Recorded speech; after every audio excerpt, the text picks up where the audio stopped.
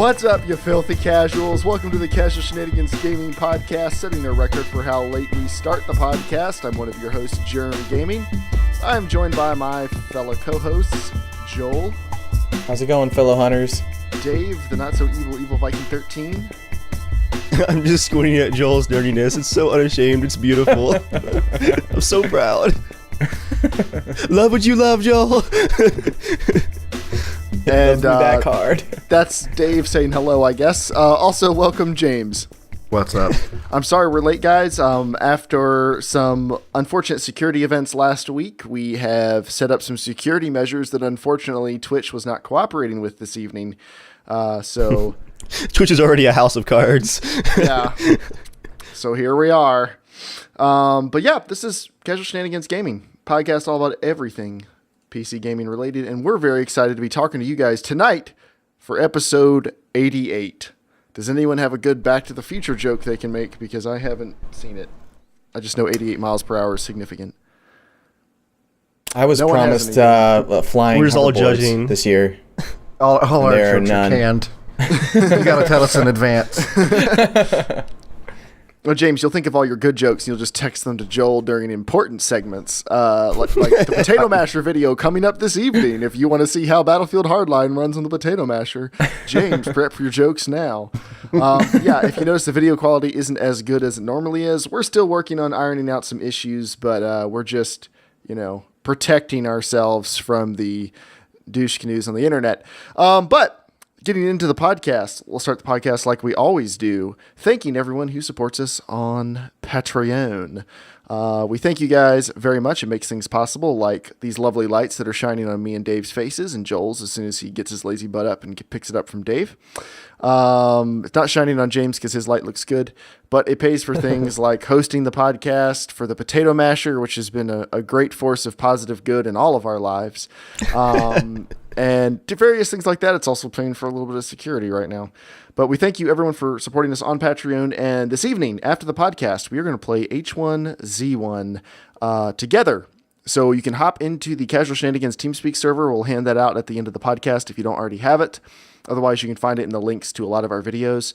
And we're going to play H1Z1. Debbie's going to be in charge of that. She's going to be doling out where we're all going to meet up with each other and stuff. And it should be a fun time for anyone who is able to make it.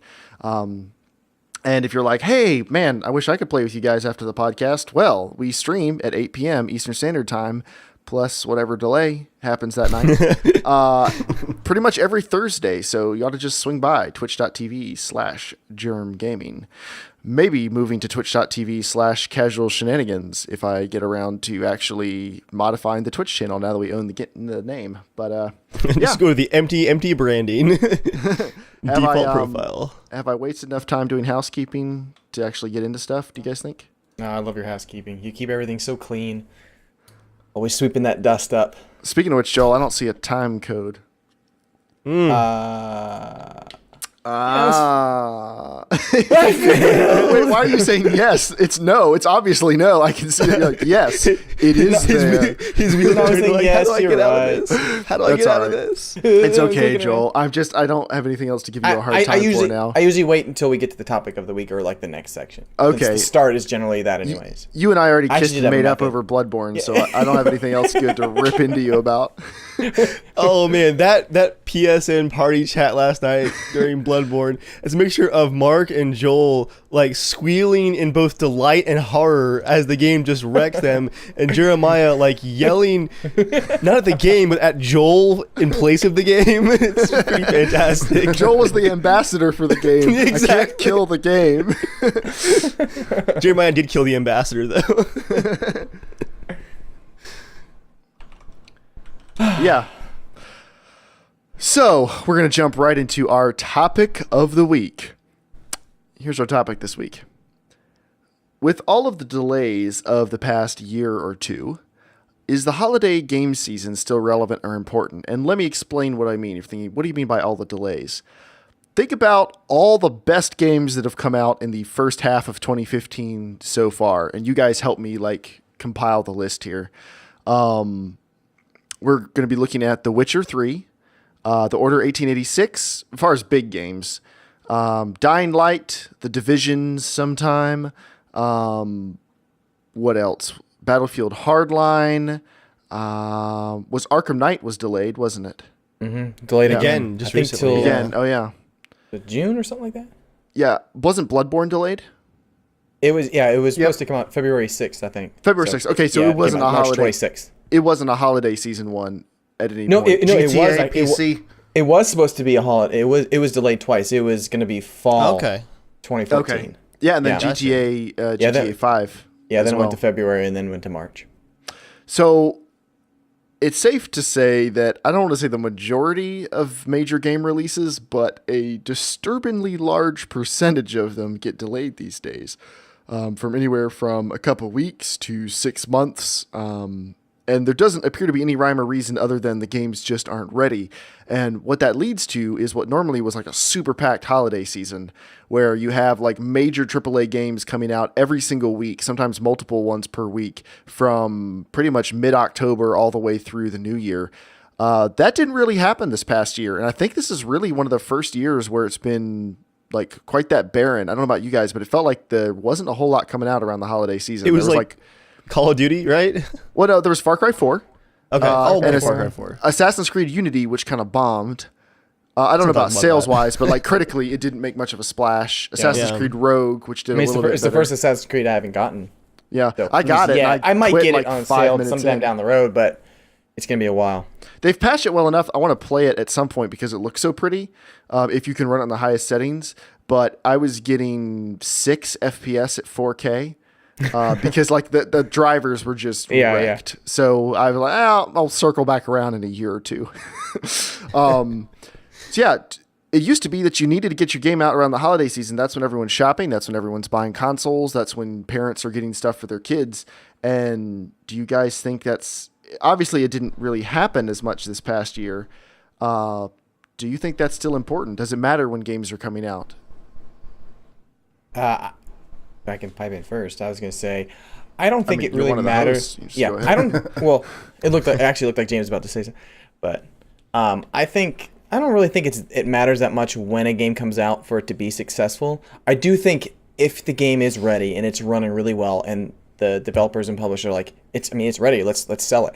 I mean, if I was them, I'd be like, hey, let's wait for a time when people naturally want to spend money. Like, it makes sense to go, okay, let's get it out there a little before Christmas. I mean, that's why you see a lot of tentpole budget big movies. They come around that time. It's usually a little bit before Christmas. So it's summer and Christmas. You're around. Summer's all the fun movies. Yeah, the winter is all the Academy Yeah. Awards, stuffy, Yeah. dry, sad. That's more, that's more Lord of the about break Rings than money. Yeah. Well, Lord of the Rings, I think they're kind of an aberrations. They're fun movies Yeah. and Academy Award nominees that come out in the fall. That's pretty rare. I agree.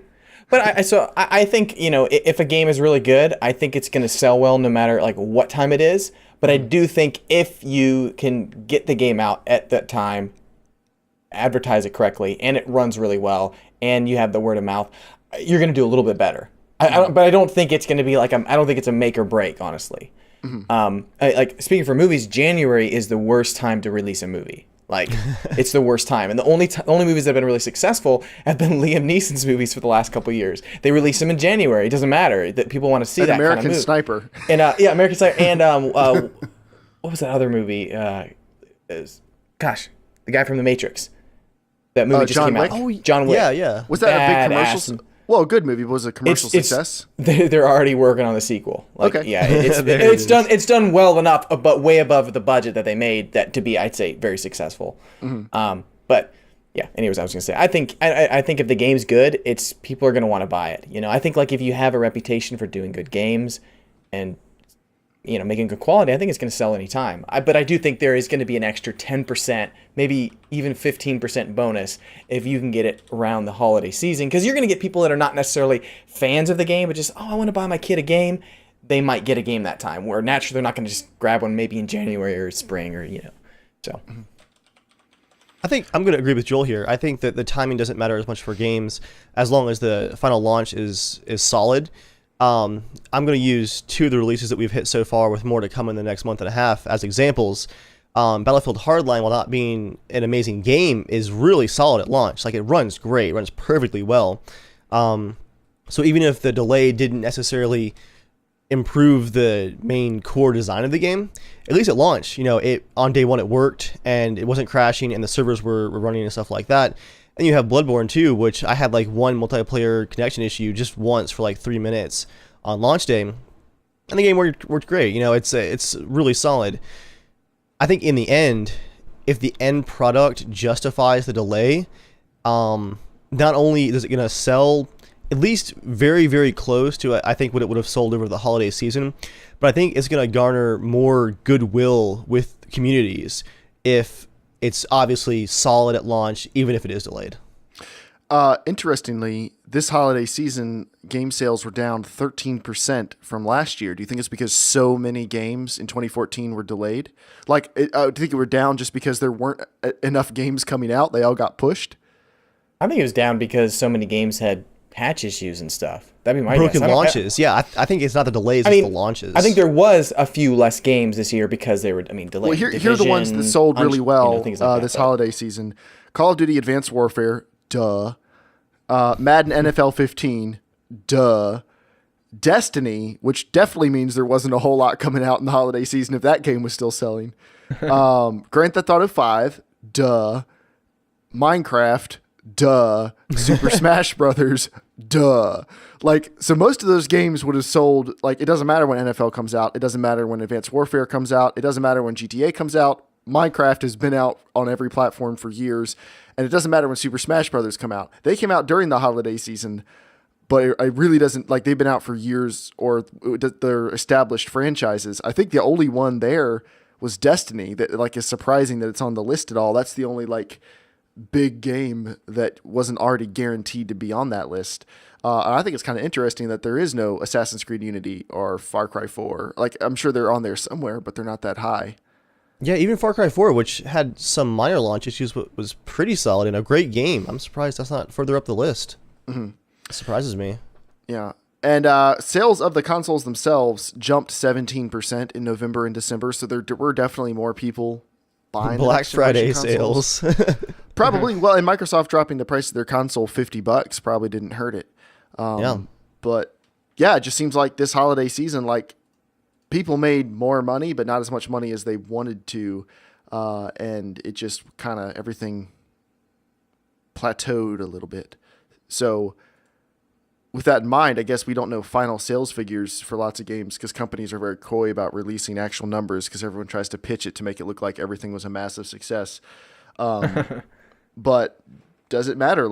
There's so many awesome games this year that are coming out between February and September.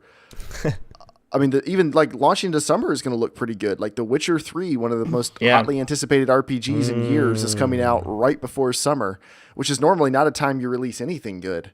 That's normally a time when you release Destiny, disappointing shovelware. I like to imagine that the U.S. Department of Education specifically requested that release date so that people don't fail college classes in high school. They can play it over the summer and get it out of their system. It's an official government inquiry and request was set out. What do you think, James? I think that a lot of reasons why they're not doing the big pushes for fall, holiday game releases, is because the profit margins for the consoles themselves are a little closer to being profitable, as opposed to the last generation where everything was at $100 loss or something, so they had to push software like crazy to get out the door. So I don't think the holidays matter that much anymore. So now you think it's not a big deal. It's not as big of a deal if a game is delayed because they're still making money in the meantime. They don't have to sell 5 million copies of something to break even. Right. That I hadn't thought about that. That makes sense. Yeah, that's a really good. Oh, that's a good. We don't know, of course, why, but that's a very good plausible reason. Oh, James knows. James knows. Well, no, I mean, dare defy because there's him. so many games that have been getting delayed. Think about it when the PS3 was out. If Sony's still losing money, they might say, "Oh, it's buggy. We don't care. We still need a couple million people to buy it because we're losing money. Pump it out the door, get working on a patch. Don't care." Well, also a lot of the studios. I mean, you look at how many games are just rehashes. I mean, I don't think Rockstar's hurting from money. So them delaying the PC port, Once not again, that big of a deal. Rockstar, they're also like Call of Duty or Madden, though. The normal rules don't apply to them. It doesn't matter if they delay it. It doesn't matter what they do. Out of everyone complaining about all the delays and stuff on the PC, like everyone's still gonna buy it. I mean, Right. it just doesn't matter. It's still like the top pre-order. It's just Well, I mean, what It's still one of the top games made. I mean, it's an incredible game. It doesn't. Who cares? Yeah. Oh man, it's not coming 2 months. Oh, okay. Guess well, I'll never people, buy. this one's been way more delayed than any others have been. Like all other GTAs have come out on the PC much closer to when they came out on the console compared to now. No, and this one's not that much farther. It was a year. It was a full it's year pretty for the last delayed. one. It's pretty delayed, but This will be about a year and 3 months. So it's not that different. No, you ought to look up. People have graphed it out. It's longer. What I think the reason is though is that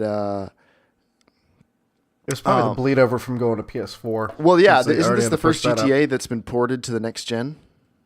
Ignoring like the the San Andreas. Yeah, not like 360 the port. re-releases. This was kind of in the transitional period. Yeah, and I don't think they've ever done that before. I think they've just put out games just on the one system. So that could have been why it took extra long, because they did add new features and stuff for the new consoles. They didn't, they added the first person mode. They added a lot of new music.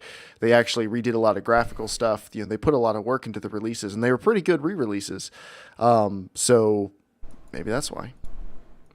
Well, also, this is, I don't know what they did for 4 when they released it, but they pretty much said it's going to be significantly better on the PC as far as number of, NPCs on the screen and stuff at the same time. Right. I think they're probably just saying, why James, not? that made me think of how many NPCs in a couple areas. What does that mean? I'm not explaining. All right. private jokes on the podcast. That's it, Joel. That's really all you had to contribute there. That was it. That was it. I just had to say that. With I that had said, to, I was forced. what's coming out in holiday 2015? What are we looking forward to? That's supposedly coming out in holiday 15. Supposedly, Division. Not a chance. Fallout 4? Fallout it's- 4? No? Oh, please. Dude, well, they got some on E3. have- If they have- announce it at it can E3, I think it's going to come out fall. If they announce it at E3, I think it'll come out, because they've never announced the game and it not been out within that year for their track record. So maybe this one's going to be massive. For their so track maybe it record, gets- but yeah, this has been a We'll much see. Joel, what are you forgetting? What? What are you forgetting? What am I forgetting? No, I don't think that will ever happen. No, Half-Life 3 now. I'm not talking about your one true What? love, Half-Life 3. I'm talking about your What? other true love, your side love, if you will, Star Wars. Battlefront? Oh right, yeah. Holiday 2015. Yeah, it's supposed to come out. It's going to be out no matter what, because they got to bring it out before the Star Wars movie. Maybe. I mean, yeah. We'll see. So, Incoming it'll dice be out launch. when Wait, why would they scrappy. have to? It'll still be to tie it's into Star Star Wars. Wars. That'd be huge. I think. Yeah, Yeah, but but, it's Star to Wars. do it after, I mean, to get people interested in the world first. Yeah. Well, I mean, I think it would make. Apparently, the rumors is that there's going to be a couple areas in introducing a few characters from the new movie. So, I mean, I think if they release it, I mean, you're gonna have people like, oh, ready to see Star Wars, plan a few areas in the new movie, maybe, or see some new ships and stuff like that. I mean, I'd love for it. I don't think it would. It doesn't matter to me, but I would love for it to come out this fall, because that would be fun to play. We'll play a little game here, and this is not based on any insider information whatsoever. You guys know we have absolutely no intelligent information to offer. I'm looking at games that are Speculation. supposed to It's come out true. You watch us. between July and December, and we're gonna play a little game called "Is It Coming Out or Not?" And you guys just chime in. I mean, this is pretty laid back here. All right, Godzilla the game is supposed to come out in July on PS4 and PS3. Wait, I have a PS4 now. Yes! Purchase validated for Godzilla. Screw you, Bloodborne. I'm getting Godzilla. If Bloodborne's not doing it for you, July 14th, God of War 3 Remastered is coming out on the PS4. Think it's going to make it? Yeah. Yeah. Yeah. American Truck Simulator, August 10th. And that's a PC exclusive. You guys get all the best ones. That's going to just happen, and I'm sure someone will take notice. September 1st, Mad Max. Nope. I'm going to vote delayed. When does the movie come out? It's probably coming out in September, I'm guessing. I don't know for sure, but it's supposed I to be think so. sometime this Because year. it was delayed from last year, so I think so. If it was already delayed, then maybe. Okay. Metal Gear Solid 5, The Phantom Pain. Coming out Yeah. on Delayed September once. 1st, and then September 15th for Windows, September 1st for everything else. Yeah, I think so. I think it's literally PC been 3 delay. years since it was announced. I'm gonna vote console on time, PC like a month and a half late is my vote. Okay. Good thing we're not writing any of this down. Assassin's Creed Victory. Oh, it's on the internet. It's eternal. Assassin's Creed Victory. We don't have a hard date for it. So now we're just into the games that are supposed What to is be coming that? out holiday I don't even season. know what that is. It's the next Assassin's Creed. It's Assassin's Do they Creed in the do they really Victorian get the right to times. consider a game called Victory? It's set in the Victorian age times. All right. There was some leaked concept art. That's all I know. That's fine. Let's see. Other fourth quarter games. Halo 5 Guardians. Supposed to be quarter It'll 3, be quarter out. 4. You think It'll so? be out in time. yeah, that'll happen. Okay. You think they're going to rush that out to like compete with Call of Duty? Which Call of Duty, like that's going to be coming out sometime this fall. You know that's going to make it. November, I'm sure. Did you hear the rumor of the next Call of Duty is World at War 2? We'll find out soon. Yeah. I didn't like the first one, but Rise of the Tomb Raider, which is an Xbox exclusive. Wait, that can't be right. No, timed just exclusive. time, yeah. Timed exclusive. Dude, all their marketing still says exclusive. They announced it as an exclusive, and the studio's PR rep had to clarify, like an angry horde, that it I hate was the like a way Microsoft. It's a That's like Microsoft Apple. move. That's like Apple saying HBO Now exclusively streaming on Apple devices. The small type says, 3 months. And every single computer in the world, all 3 billion computers. If you have internet access, you have it, but exclusively on Apple devices. So yeah, screw them. why don't they just say exclusively first on Xbox and on every else? Because they got to make 3 it months? sound. Yeah. Because they have to make it sound like. But you got to buy our thing to play it. If you don't buy our thing, you can't play it. Even if they're being deceptive, anything to sell a console. Yeah, but those are all the big main ones that we know about for now. Like there'll of course be another Madden. There's a Rock Band re-release or Guitar Hero re-release. I can't remember which one, or remake. They're doing something with it. We don't know much about that. We'll probably hear about it at E3. That could be a good like holiday season shovelware game. Anyone have anything else to add on that while we wrap down the main topic? I mean, it wasn't going to be a super long one. Just wanted to talk about it briefly because I thought it was interesting. The best thing to come out of this, I think, is what James said, that the profitability of the consoles means that you don't have to just unload crap quite as fast as you used to. Mm-hmm. And I think, especially since games are such massive investments now, like Destiny cost $500 million. I know. What did they spend it on? Like, what if they just spent $1 million to hire writers? Think of how good of writers they could have gotten for $1 million. Did you ever see the concept art for what the game was supposed to be?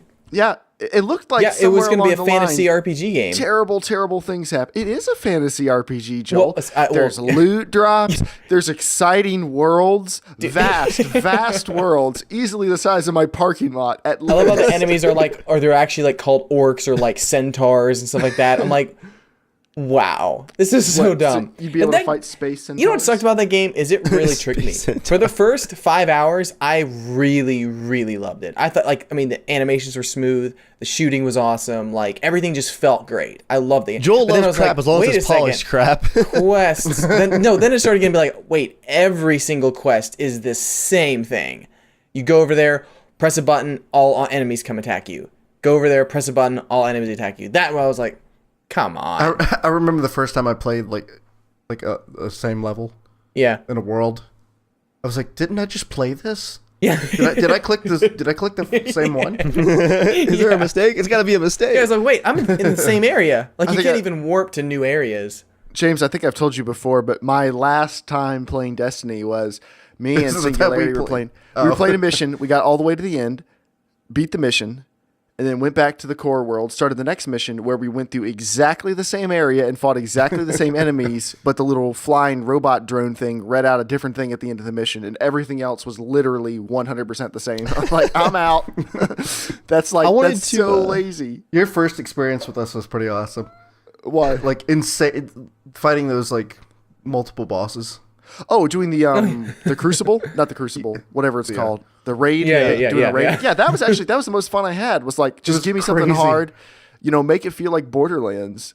I think if the game actually was a lot harder immediately, where the enemies maybe died quicker, but you'd have to really use cover. But like, dude, you could just run through the game. Like, I know it gets apparently insanely hard towards the end, But I think it was so easy at the no. start. It was kind of like you just run through, smash things. You don't ever die. I don't feel like it got hard at all. It didn't get hard No. towards the end. Did you beat it? Yeah. No, I'm talking about like the extra raids, like after that. Like the first level 20 is easy. When do you get to level 30 and you do those raids? They're like yeah, I've heard those insane, are- where you need like all 6 guys or whatever it is. Did you get to level 30? No.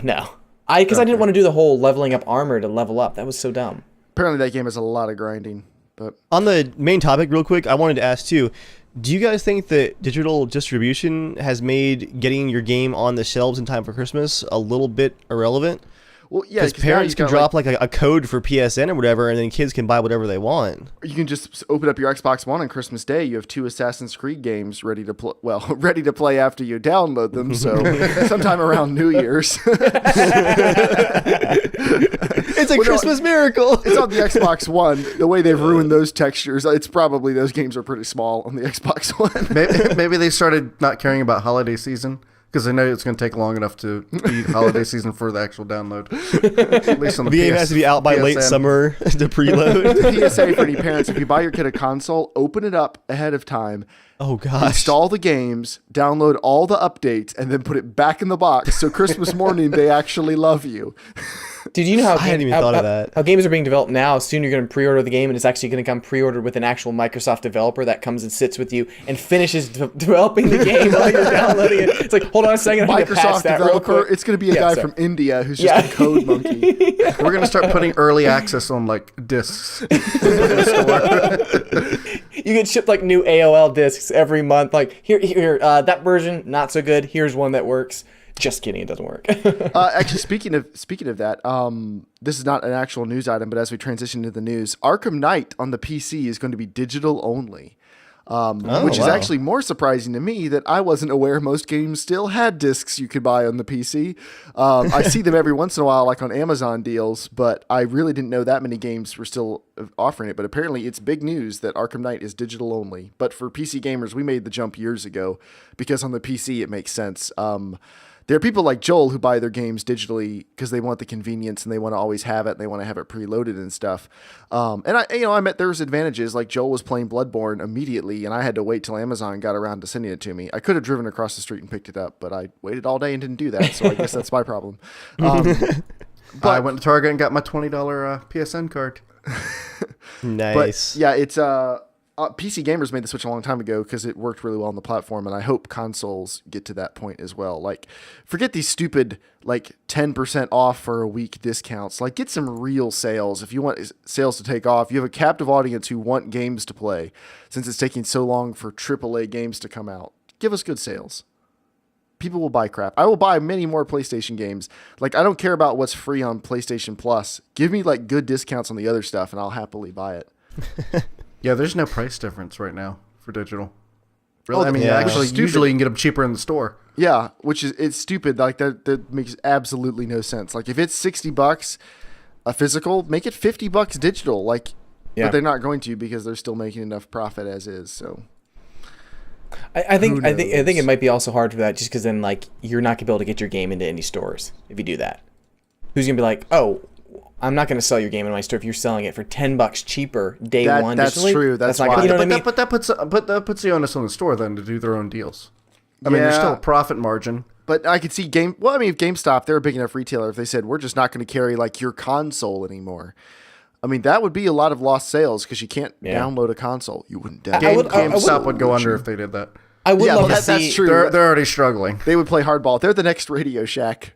I'll have to find them again. I was reading a couple articles about how many people do download games. There's still a huge majority of people that can't download 50 gig games and stuff. They're You know? called Yeah. Nintendo owners. I have awesome internet, and Yeah. downloading games is more trouble than I want to go through. Just because it doesn't matter how good my internet is, the PSN is slow. The Xbox Marketplace is better, but it's still kind of slow. Like it has to be. Steam is pretty dang convenient. I click install, and whatever the max internet speed is, Steam, Origin, Uplay, all of them, it downloads pretty dang fast. Like it's Origin fast is enough. like a monster. Like it goes, oh, you can only download at 10K a minute. Just kidding. We're gonna upgrade your internet for the next 5 hours to download 180 terabytes. It's like what in the EA world? dispatches like Textures. a hit team to the local FiOS servers, and they're like, Guys, they got like, guns to the guys' heads. They're like, what the if they CS could download a little bit faster? Wouldn't that be convenient? It's the two We're gonna send CSI it all guys in beside one each other. But so they're not paying for that speed. Do it. Call the president. We're making this happen. The president of what? The internet. Mr. Turn it to Gore. 11. All right, it's now time for the news. Before we move on, hold on. Dang it. Stay. Sorry. You remember how Best Buy does like their Geek Squad for like installing games on consoles? They do. Wait, they do it for games on consoles? I know they do it for stupid stuff like, can you not plug in a DVD player? I think they did it. I think They did do it that at for some consoles to point. download a game? No. Just installing like the disc and make sure that, like when you buy a new console. Okay, I'm pretty sure they did that. being kind, if you're too dumb to pop a disc into a console and play it, you're not going to be able to play it. Like, I mean, consoles are specifically designed so that It's probably for 7-year-olds parents, can I play would games guess. on them. I'd probably say it's like parents buying it for them, having no idea what to do with it. Give it You know to what I your mean? kid then. Let your kid Yeah, do it. You're but buying it it's for them. so dumb that they don't even realize they can give it to their kid for them to do it. They Yes, probably they think it's have too it- complicated for them, you know? They have a $29.99 in-store gaming and customization setup.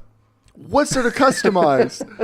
You can't customize it. It's a console They'll game. help you change your avatar and stuff, I bet. Like, customize it for your profile. Change your wallpaper. Yeah, pick your kid's gamer tag for them. They'll But love how do they you. do? How do they do that? Most of those settings you have to wait until it's connected to your surround sound and TV. So like you're gonna set up the settings beforehand. You're gonna connect it to your console. Oh, I'm sure they don't care about that. Oh yeah. Best Buy's really concerned. They're charging you $30 to plug the cables in for you. It turned on. I like when GameStop, they're like, would you like to have a replacement for your disc? Like, they're like, you know, like, I forget how much it was. It was like $29 for a whole year for like insurance in case your disc breaks. I was just like, I'm like, no. I'm like, I don't break my discs. Like, that's retarded. And if you did, in less than a year, it'll be less than $30 on eBay probably. Like, Yeah, I'll I just know, yeah. Roll the Yeah, dice if on I that break one. it in I, 6 months, I'm still sure it'll wanna be play like- this game in a year. I Yeah, can just yeah. go buy another. Oh, good news. They do have a the NVIDIA Shield. They do have a $7.99 installation too. $7.99. Thank God. I was going to Like, buy that's one of those, but I'm so debatably scared. affordable if you don't know what you're doing. Well, Like, it's affordable, but why would you buy a Shield if you don't know what you're doing? that's Why true. would you spend like $300 on something that works off your computer?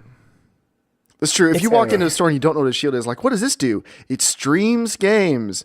Oh, what does that mean? Well, Grandma, it means you connect it to your AOL that you probably still pay $15 a month for. I think we're just downplaying the fact that how stupid people are. I mean, my wife, she worked at retail, and I mean, they would have people, they would come up and say, like, this shirt says it's off for 75% off. And she's like, no, it's not. There's a sign that's near it, actually across on another table that says 75% off. Those jeans are 75% off. These shirts are 10% off. They're like, no, you're lying to us. I'm like, here, I'll walk you back. And they walk back, and it's right there. It's like, you lied to us. You switched them around. No, you're blind. Go home, you fool. I love right. people. Twitch's CEO, we're officially doing the news now. News time. Twitch's CEO says consoles will die after this generation, which I strongly disagree with, but I'm going to read what he says. And also, I don't take a lot of stock from the guy whose service works as poorly as Twitch does. But Emmett Shear, CEO and co-founder of Twitch, says, the problem is the 7-year upgrade life cycle doesn't work in the face of the 2-year upgrade cycles for every other hardware platform. It's too intrinsically built into how consoles get manufactured and made and the full business model. I'd be surprised to see another generation of consoles. They're going to have to change form. You can already see this on both Xbox and PlayStation, where there's a tighter upgrade loop for both the operating systems and the games. This is the first step towards being able to iterate the hardware platform. I could imagine a version 1.1 product from both Microsoft and Sony, which adds in slightly more speed and slightly more memory, very similar to how phones and tablets work today. I think it's going to look more like the mobile phone market over time. Right, because the 7-year upgrade lifecycle totally doesn't work, which is why the Xbox One and PlayStation 4 are the fastest selling consoles of all time, except for the Wii. Like, who means it doesn't work? Like, sales say it works just great.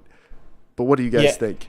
I think it's funny. The phone market, I think, is very unique. But I am very curious to know if the phone market will eventually slow down ever. If there will ever be a time. I'm only saying that because, like, doing web design, it already is kind of frustrating. I went to this conference in Florida, and one of the speakers was talking about, okay, we used to have, okay, it was like iPhone, a couple Android phones that, like, when they first got out with touchscreens, right? So you have this ratio, They were all like kind of similar. Then they went to Retina. Then everyone's going 1080p. Now you have like a 4K screen and all this stuff. You have to design your website so it works on everything, and it's getting really frustrating. And so one of the developers was saying, the next thing that needs to come out is a way to not have to design UIs and elements for everything, but the way the coding works, it just expands to it, and it's going to be complicated stuff.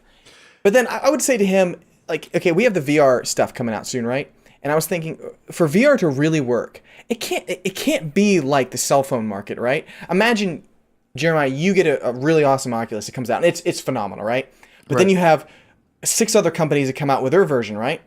Now, the developer who made the game for your Oculus works really great. But all of a sudden, this next one that they just came out has a new touch-sensitive thing and a different keyboard and different controller that's completely different than yours. So your game, like your Oculus, won't even work with the next one because you don't have the controller, you don't have the setup. I think it's going to be cool for the first maybe a couple VR stuff, but they're going to have to come up with some sort of standard for everyone to be slightly similar. Like graphics and stuff can change, but when it comes to like the body of it and how the fundamentals of it work, if every single VR is completely different, there's never going to be a good standard. It'd be like if, let's say, every video card, instead of just being better, every video card came with a different port, a different type of connection, you know? Right. Like, I don't really like that how Mac does that, all the time, I think it's cool they have little small connectors and stuff, but it is frustrating that, okay, I can't use my USB thing, or I got to use this different charger and stuff. Right. But I don't think the PS4, like, I'd be happy with it lasting for about 7 years, but I don't think this console will last as long as the last one.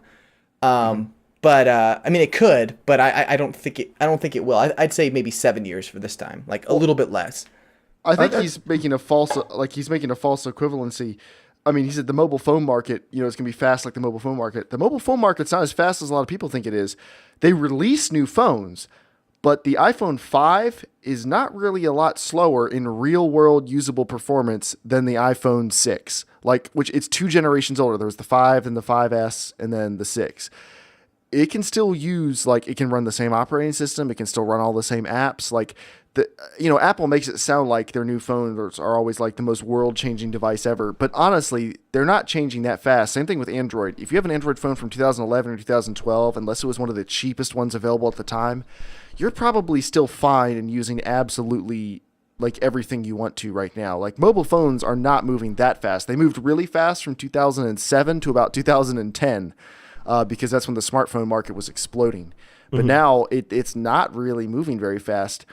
They're just releasing new models so people will keep buying stuff, which Sony and Microsoft did the last generation. They had the slim versions of each of their consoles. They up the hard drive space.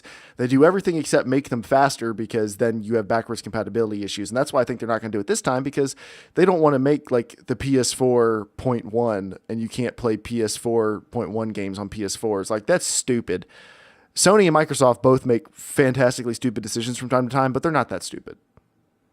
I think the really important part to the false equivalency, I mean, people do upgrade every 2 years with cell phones for the most part. I mean, people because they're paying on it for Ultra Grunt keep onto their crappy phone for 10 years. But yeah, I mean, you think about the $60 a month plus fee that they're paying every month. I mean, if Microsoft and Sony could find a way to get that kind of monthly payment just going towards them for their service, I'm sure they would do faster upgrade cycles. Yeah. But that's true, yeah. I bet that would work. Well, their goal is to get $60 from you every month, but in the form of a game. Well, yeah, but for their profit, I mean, for them to get that much split with the developers, I mean, who knows what they would have to actually make you spend, as opposed to the phone company, which, who knows what their actual profit margins are. Oh, it's pretty good. Yeah, look disgusting, disgusting. So if they could come up with that model, then yeah, I could see them doing it way quicker. Yeah. Basically, if they could get away with it and make it work, they probably would. But the current system has been like it is for a couple decades, because that generally works pretty well, believe it or not. I do agree with what Joel said. I don't think this console generation is going to last that well unless the way games come out change a little bit, because and we've harped on this before, and we're seeing it with the Potato Masher. These consoles, because they wanted to hit this price point, and they wanted to hit all these things, they're not that fast. They're not like ahead of the curve. They're actually kind of behind the curve this time around. So either they're not going to be able to keep up with games as they come out, or games are going to stagnate, or they're just going to start prioritizing different things, which Microsoft tried to do with the Xbox One with all its TV features and stuff. They try to make it less about how awesome the games look and more about, okay, yeah, you can play all the games and it does everything else you want a box on your TV to do. So I think they're going to focus on more on that, and then either we're going to see barely faster consoles the next generation, or they're going to be like $1,000 and actually like a big generational leap. So we'll see. Yeah. Next news item. I don't see either happening. Yeah, me neither. The Make ARMA Not War contest ran for over a year, but the winners have been announced. Dave, would you like to talk about this a little bit? Oh, yes. All right, take it away. What's the Make ARMA Not War contest for anyone who doesn't know?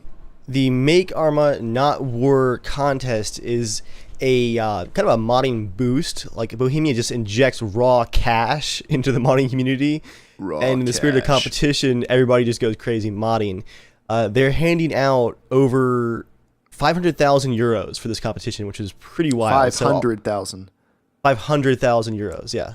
So all of you guys that bought Operation Arrowhead to play DayZ, Bohemia thanks you for your contribution. The winners were announced, and I was super happy about the list that was announced because there's definitely a strong emphasis on the milsim stuff, which there was a lot of really poorly made like zombie modes and stuff that was entered into the competition, and a lot of this stuff was not following the rules, but some of the best Arma 3 mods out there won some serious prizes. Task Force Radio got first place for add-on. They won 50,000 euros. Bornholm, which is one of the, I think that's a Dutch terrain, right? I think it's Dutch. That's in our mod pack. We haven't played on that yet, but he won second place for add-ons. The F-18 mod got in there. Battle Royale, which is actually now a mode in H1Z1 as well. The author of that won second place for game mode. First place went to King of the Hill. But like these are just some really, really solid choices, some great work from the community, and this really injected some creativity, I think, for sure. Cool. Next item. YouTube is supposedly going to be relaunching its live streaming service to focus on games. Probably because after they didn't buy Twitch last year, Google decided they wanted to beat them. They tried to buy Twitch, but it didn't work out. There's anonymous sources, so take this with a grain of salt, but they're in the process of sourcing and acquiring talent in their efforts to relaunch YouTube Live, which is their existing live streaming service, which people can actually use for streaming video games, but I don't even know how to go about doing that. It's definitely Didn't not work well. publicized at all. Spoilers. Yeah, well, we tried to use that for the tried console. Wirecast? I have not. Okay. Next. I've heard of it before. I'm sorry, it interfaces with YouTube, and it's free. Mm-hmm. This next news item, can someone just move that down to the Potato Patch segment? Where it belongs. And Dave. Yes, sir. Should you want to do this next one, or should James? Nah, Dave, do it. Dave has so much found it, but hatred in his heart. I'll let Dave do it. I just thought I got an email, and I was like, "Oh my gosh, this is the dumbest headline in an email ever." I got the email too, and I just saw WarZ, and I was like, "Oh, am I still signed to this?" And I deleted it immediately. I didn't notice anything, so this is all news to me. Spoilers. I know that you guys were really, really worried about how the WarZ is still in early access and still doesn't have any of the features that were promised on the original Steam page in 2012, when its only goal was to beat DayZ out the gate, which it did, and then was removed from Steam because they lied. It was then renamed from the WarZ to Infestation Survivor Stories because of copyright issues, and also to sell the game again because the WarZ's reputation was just horrendous. It was absolutely awful. If you guys were worried, though, that its time was over, don't be worried. It's coming back. Welcome to Romero's Aftermath, which is the WarZ version 3.0, but still in early access. Like Romero, like John Romero? They can't... There's no trademark or copyright on it, but given their copyright issues with names, I feel like they're going to have to change the name again. I feel like this is definitely crossing a couple of copyright lines. I mean, you would assume they're referring to like John Romero, right? Who is Romero? Yeah. Does it say who? And also, no, it says it nowhere who it is. Nowhere. I think they're just using it as a little bit of a poll. Why don't It's they? deceptive. There's a It's guy so in the game deceptive. called Romero. He's the main character. That'd be awesome. Yeah, seriously. Hey, Romero. Just take your money. Who do you? What ethnicity do you think the name Romero is, Joel? I was making it more Spanish. It's Italian, but I was being Spanish. That was neither. What? Nothing. Okay, then you do a better voice. I can do better Or- voices all the time. Or we Joel. can just be respectful of other cultures and just not do any voices. I'm just not culturally ignorant. Oh, So you can speak Italian? Better than you. So if you can't speak Italian, that means you're like horrible. You're mean to them. Breadstick. So if an Italian person can't Pasta speak fettuccine. regular, just American English, like the way I speak or with my accent, Nobody I'm like, dude, you're horrible. I hate you. Why did you do that? You don't care. All right, we're No, just it gonna doesn't move mean on. anything. Can I tell you the headline to the email? This is Oh, what I please sent do. it to Dave. Welcome to Aftermath Alpha, spiritual successor to Infestation. Like, to who would that appeal to? Like, who's gonna? Oh yes, finally. Spiritual There's successor apparently and alpha. Yeah, dude, it's still in early access. It has never left. Dude, I there's think- still like there's no working vehicles in the game. The map, like the new map was added, but it's like a really tiny map. It's like Hollywood or something like that. Dude, the word alpha is honestly a seller. It really is. I think nowadays just Used the to word be. alpha Used to be. I That's think it changing. still is. I think it still is right now. Like, I mean, probably not for this because this game is just cold crap. But like, just putting the word alpha on there, it's like, oh, I can get early. I can play early. I'm not playing a crappy game early. I'm just playing a Makes it game sound early. exclusive. Is what Yeah, it yeah, does. it does. I want to Yeah, make it I want to make a game called Alpha Beta Early Access, Deluxe It'd be Edition. like, it's a sci-fi game, Alpha Beta, the early access project. Just vague enough. Dude, all it is, you press play and you just green light, the Alpha light Beta game. project. Yeah, you click play and it just opens up a video feed of the guy coding the game. That's all it is. You can't do anything. You can just It was comment on like, his coding. it was like a Visual Basic window where you can start writing the game. Yeah, you can write the game. Everyone jumps in together to write the game. Oh, that'd be like Twitch plays Pokemon. Yeah. All right. So yeah, apparently this shambling corpse of a rip-off game, which is not only a rip-off of DayZ, but also based off of this team's like original free-to-play shooter game that came out in like 2011. So this is, I guess, the fourth time they rebuilt this game now. It's still a thing. I'm sure they going, didn't guys. rebuild it. Buy I'm it. sure they didn't do any rebuilding. They probably just did enough tweaks that it just kind of looks slightly different. It's now time for the Singularity Shame segment, a part of the podcast where, ignoring all the crap that just came before this, we find someone who really deserves to be made fun of, and we lay into them. Dave, our resident Yes, sir. Battlefield fan, although that you probably would identify less as that now than in the Can past. we not call me that anymore? All right. I mean, I play it, I guess, sometimes. I think after his last little rage. How much fit- Hardline have you played since this week so far? I played a half an hour of Hotwire before bed a few nights ago just because it's stupid fun. Like, just to run around and blow stuff up in the cars. It's like a throwaway game. So what's going Essentially on with EA and Battlefield Hardline this week? I'm just So teeing you we've- up. Swing away. We've already... I'm going to knock over my microphone stand here in my frustration.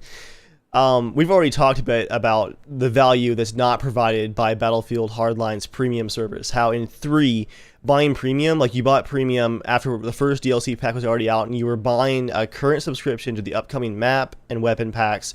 And like you got little bonuses like strategy guides that no one downloaded and stuff like that along with it. Oh yeah, there were strategy guys. Yeah, there like I have like a PDF strategy guide for that close quarters map that was like 6 rooms. That's like Did you all say right. a PDF? It's a PDF, yeah. Ooh. Yeah, digital Yeah. strategy guide, more convenient. Which is immediately shared everywhere else on the internet. What's your profit So margin on premium. that? 100%. So then we come to Battlefield 4, which, because of the launch issues, there was not a lot of value in premium because it took, half of the expansion packs for the game to be stable enough to enjoy any of them, and the community was so divided. If you consider it stable now, but yeah, sure. No, it's pretty stable now. It's more stable. It's functional, at least. It's stable yeah, for Battlefield 4. It's a massive success. For an average game, it's not. The main point is that since Battlefield 3, the value of premium has been going down significantly. So now we come to Hardline. And what I'd like to do is just read you off a couple of the, I guess, bullet point, back-of-the-box features if you get Battlefield Premium. Battlefield Hardline Premium. And this is Battlefield 4 Premium. Hard. Battlefield Hardline Premium. There's so much premium in my feed right now. It's ridiculous. Like, the Google results are just going crazy. All right, here we go. Battlefield Hardline Premium. Boy, this bullet point list looks smaller than Battlefield 4's. As a Battlefield Hardline Premium member, you can look forward to 4 super features designed to make the gaming. Sorry, we laughed about those a couple weeks ago. Designed to make the gaming experience richer and more personalized. The 4 features are masks. You get new player masks that take the slot of a useful utility. And what I love, everyone's so angry about this.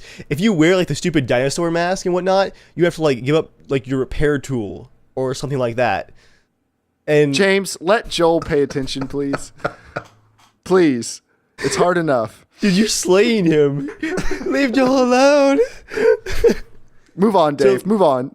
If you're using the stupid mask, which there's 2 of them, Premium comes with 2 masks, you're not helping your team out because you have to give up one of your gadgets. So that's stupid. Gun Bench provides the players with the ability to visually customize their weapon and track their kills per weapon. No one knows what Gun Bench is still. The game is out, Premium is out, no one knows what Gun Bench is. Competitive play. Support for competitive play through Battlefield Hardline Premium, access only tournaments and ladders. No one knows what that is either. None of that's happened yet. Legendary status. It's, what is it, prestige mode basically? It's prestige you reset mode. your sets? Yeah, whatever. I guess that's in now.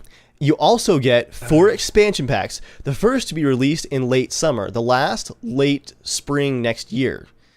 And then you get 2 weeks early access to expansion packs. You get gold battle packs. You get extra gun camos. Ooh, premium gun camos.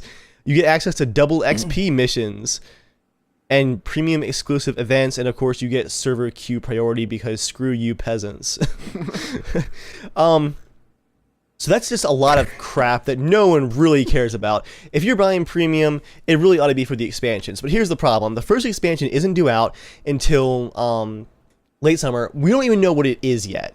You're going to see no new actual content until late summer at the earliest. That is months and months away.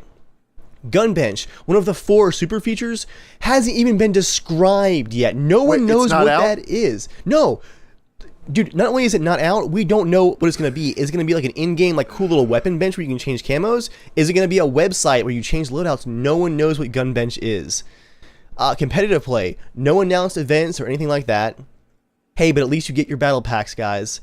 And to top it off, on your Premium calendar, they have like special events. There was one scheduled for a few days ago, the first Battlefield Hardline Premium event, and the game went right past it. No anything for Premium members.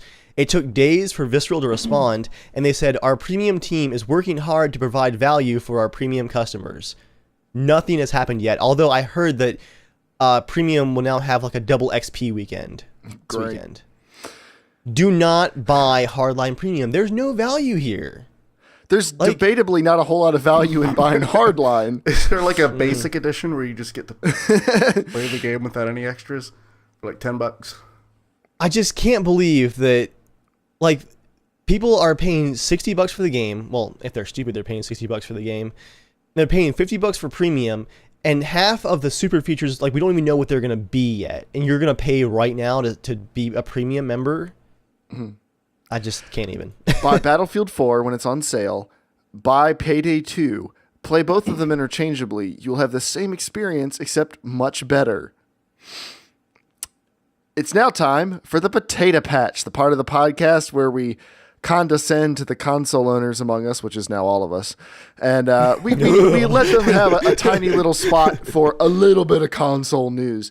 First bit of news this week for consoles is Bloodborne came out this week and was almost 100% functional on launch day. The only thing that we know of that didn't work quite right was summoning appeared to have some issues, right? Or beckoning. I believe that's that it's called always now. had issues. Well, Yeah, right, but it appeared to have more issues. Like it appeared to be down for a while, right? It was like because it was working early that morning since I was up at the crack of dawn playing.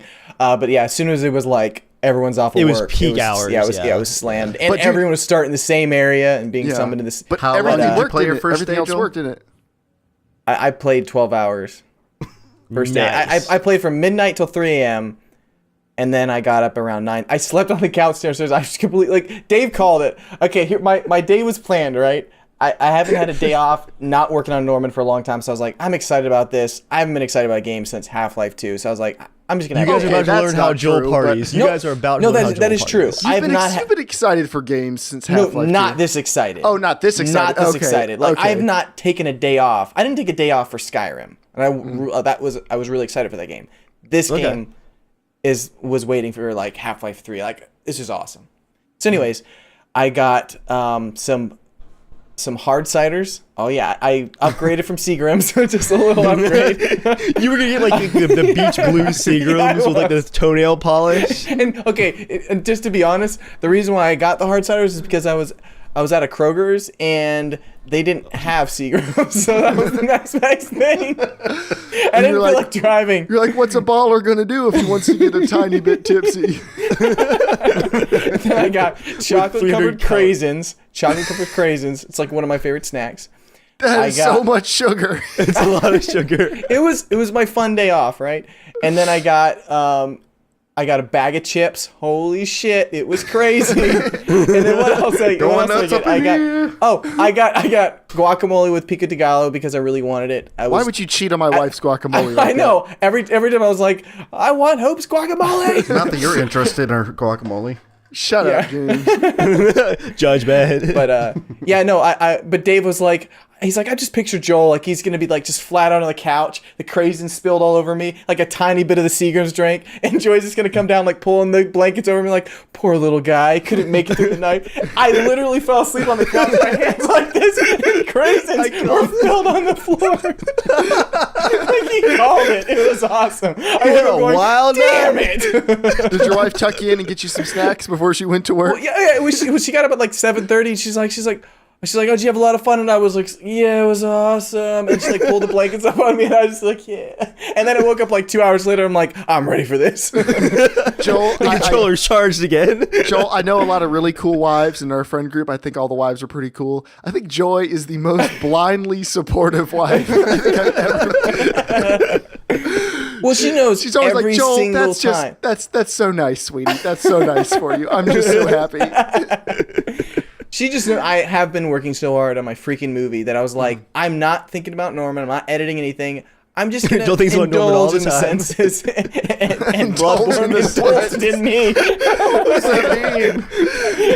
Prepare for a day of sensory indulgence with Joel and Bloodborne. Indulging in the senses. Breathe on me.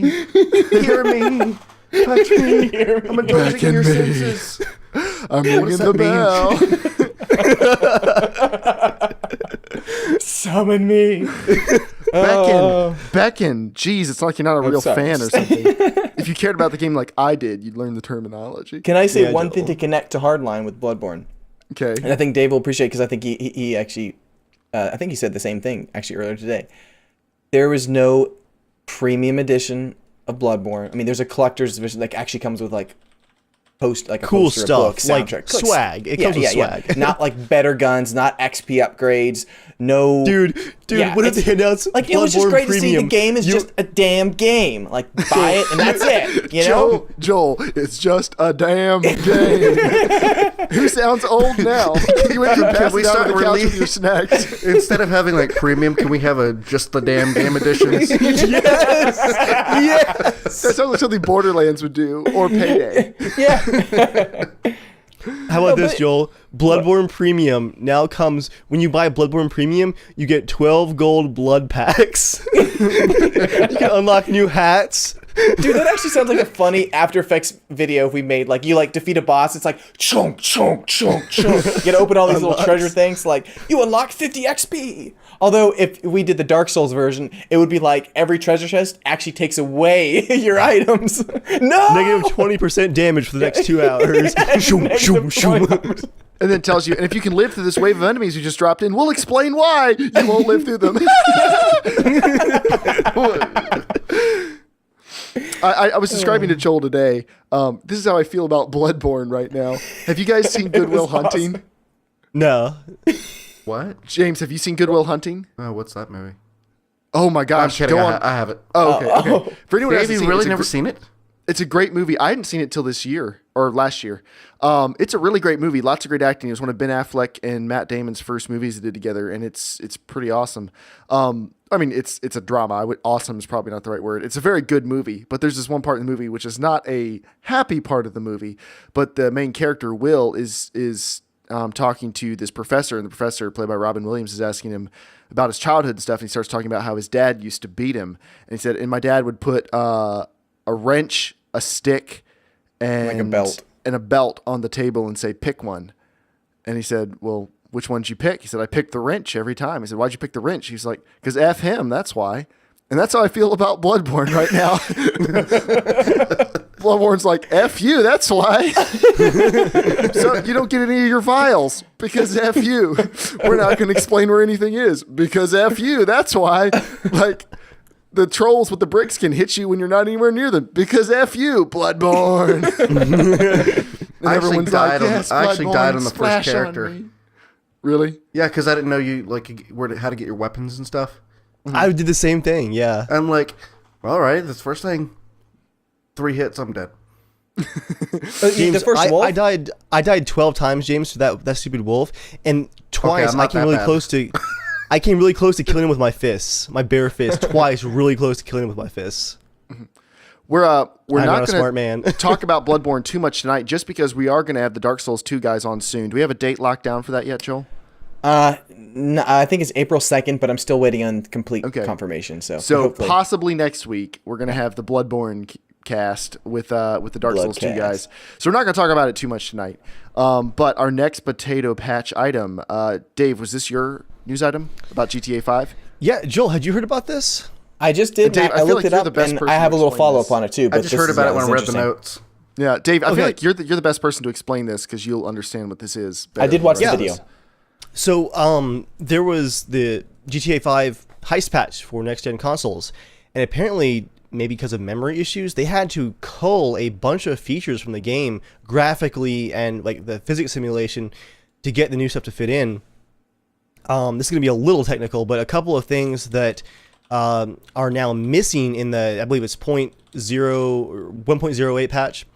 The biggest one is parallax mapping for textures.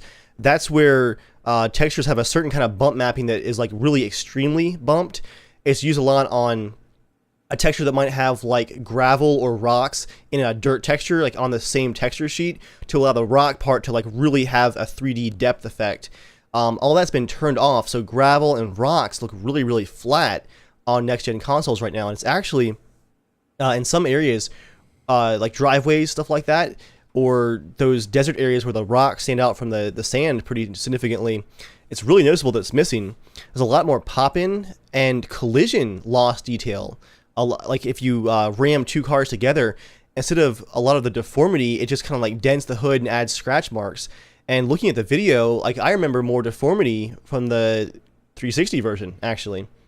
There's also less anisotropic filtering and a couple other smaller features, but the big ones were the parallax texture mapping and the collision issues. And Joel, did you find like another source on this? Yeah. All I was gonna say is I saw that earlier today, and I was like, oh, that's weird. You know, like the one part I was like, okay, that's cool that they're trying to like lock down the frame rate. Like I'm all for that, to be able to go, just because I know when you drive through some cities, it kind of skips around quite a bit. But then I was like, oh, that sucks. I'm like, man, they're dropping down quite a bit in some of these textures and stuff. The one thing I was gonna say is it's not official that the patch is coming out to reduce graphics. Like there's no official news of that. Like no one's coming to say, hey, it's for that.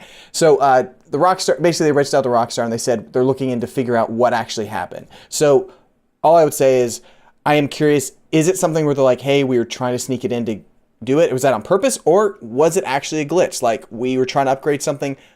Whoops, this got screwed up. We didn't realize this was happening. So we'll see. I would We don't actually know put yet. my We money don't know on. yet.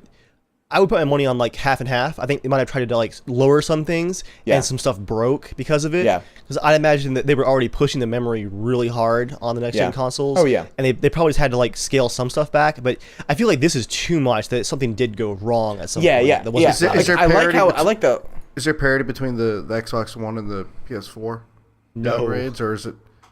I mean, Oh, was the downgrades? Xbox- I don't know. Yeah. Graphically, in general, the PS4 is a lot better, but I Yeah. haven't heard. Yeah, I anything have about watched the downgrade. comparison between PS4 and Xbox One, and it's quite a bit. Like, it's like the PS4 has like, I don't know, think of like 10 things of grass. The Xbox One has like 5, like 3 or 4. It was kind of crazy, but Just I one would be okay with them reducing something smaller if they like less pop in and it runs really smooth. I'd be okay with it because I think it's already cool enough looking to play and it's fun and it's Yeah, way yeah. better than the 360. But yeah, hopefully we'll just at least find out. Did they actually mean to do that, or was it like crap? We really screwed something up in the code. And they it just probably sucks, know it that. sucks especially just because they hit like so many things got hit at once basically like a lot of Yeah. big features like Yeah. the parallax mapping is a big deal when you're on foot and in some of the cinematics and stuff, and the collision stuff, that's a huge part of the game.